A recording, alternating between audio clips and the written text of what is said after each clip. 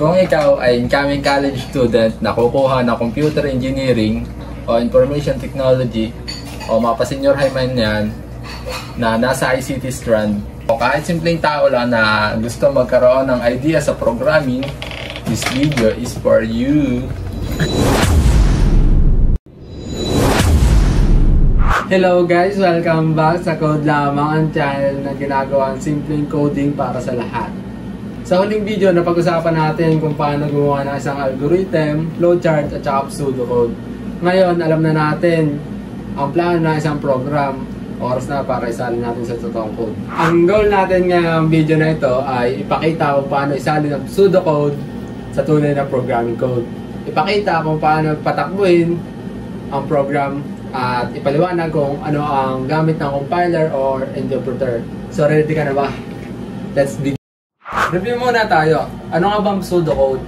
Ang pseudocode ay simpleng paraan na pagsulat ng logic na program gamit ang normal na wika.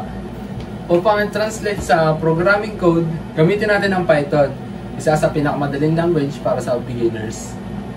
Example ng pseudocode. Simple, di ba? Pero hindi pa ito ang tunay na code. Guide pa lang ito. Ano ang ibig sabihin nito? Counter equals 1.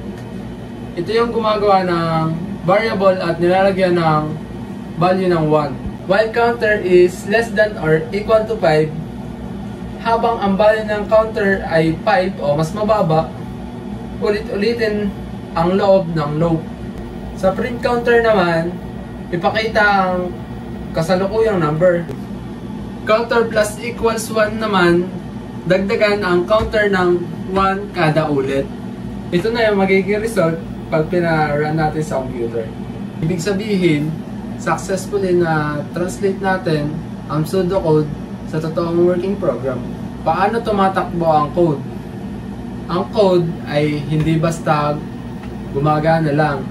Kailangan mo ng interpreter o compiler. Ano ang compiler at interpreter? Compiler, binabasa ang buong code. Isinasalin sa machine language, tapos pinapatakbo bilang isang buo. Halimbawa, C, Java. Next, interpreter, binabasa at pinapatakbo ang code mo line by line. Halimbawa, Python and JavaScript. Sa Python, ang ginagamit natin ay interpreter. Kaya kahit isa lang line, agad natin makikita ang resulta. Isa pang example, grading program. Gaya na lang nito. At ito. Sa pseudocode naman ay ganito.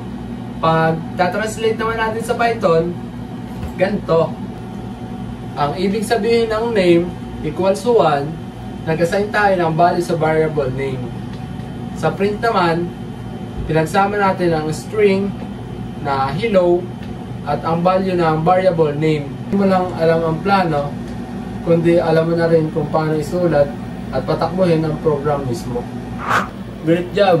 Alam mo na ngayon kung paano gumawa ng working code na totoo galing sa pseudocode.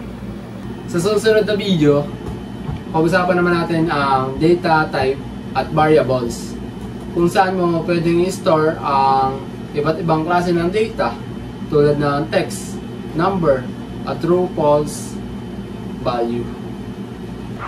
So make sure na nakalike ka and subscribe.